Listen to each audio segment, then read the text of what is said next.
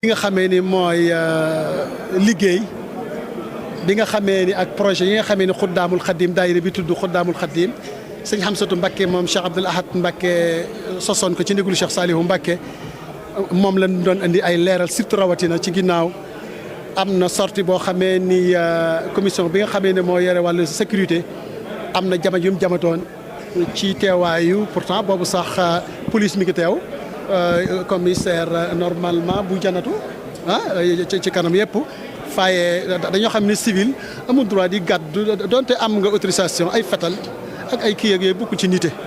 la doog nité même boo amee sañ-sañ bi itam war ngaa mën a am nee na noo ko def bàyyi ñi nga xamee ne ñoom ñoo yor sécurité bi ñu cherché leen loolu donc ñooñu mën a taxaw pour yor loolu biñ gisee nag ñu yore loolu donc ci leen woo leerale leen ne leen lii ngeen def nii donc Xuddaamul Xadim ci yi nga xamee ni mooy ay ngëm-ngëmam ak ay pas-pasam doxiwut noonu doxul ci leen loo xamee ni dafay indi violence wala dafay indi jiixi jaax ci askan wi ndax li ko tax a jóg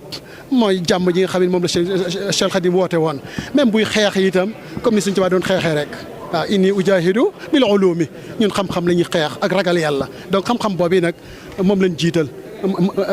ci biir Xuddaam moo tax mu composé ay commission yu bare bari nga xamee ni sécurité moo ci gën a tuuti donc comité bi nga xamee ni mooy scientifique li muy liggéey kenn xamul nu mu toll scientifique rek nga xamee ni ak Serigne Saliou Mbacké moom Serigne Hamza moo ko jiite di ci dox yu am solo yoo xam ne chaque jour mi ngi ci commission discipline itam li muy liggéey kenn xamul nu mu toll mais nag yooyu feeñut parce que dañuy dem ci xam nga Touba dafa rëy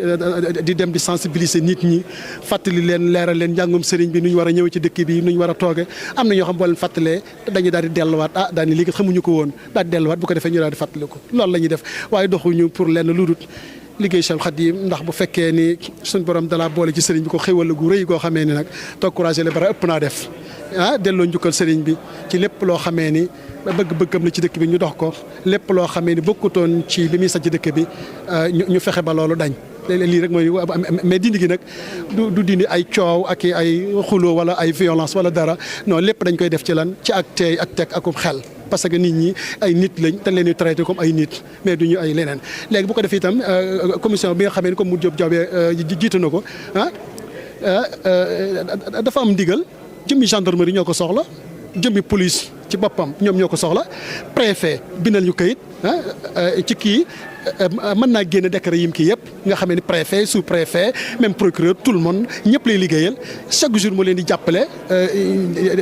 di wan ci barab bi nga xamee ni saa bu leen leeralee ñoom ñoo koy booleeg 3 éléments wala 4 éléments ñu dem parce que xam na ni ma ab civil la amul droit di jàppaate kenn même bu demoon ci mbedd mi itam ba gis koo xamee ni xaj na daa yor lu ñu tere ci dëkk bi dana ko signaler ak police ñëw jël si ko loolu mooy loolu mais Xuddaam amul ay police religieux yi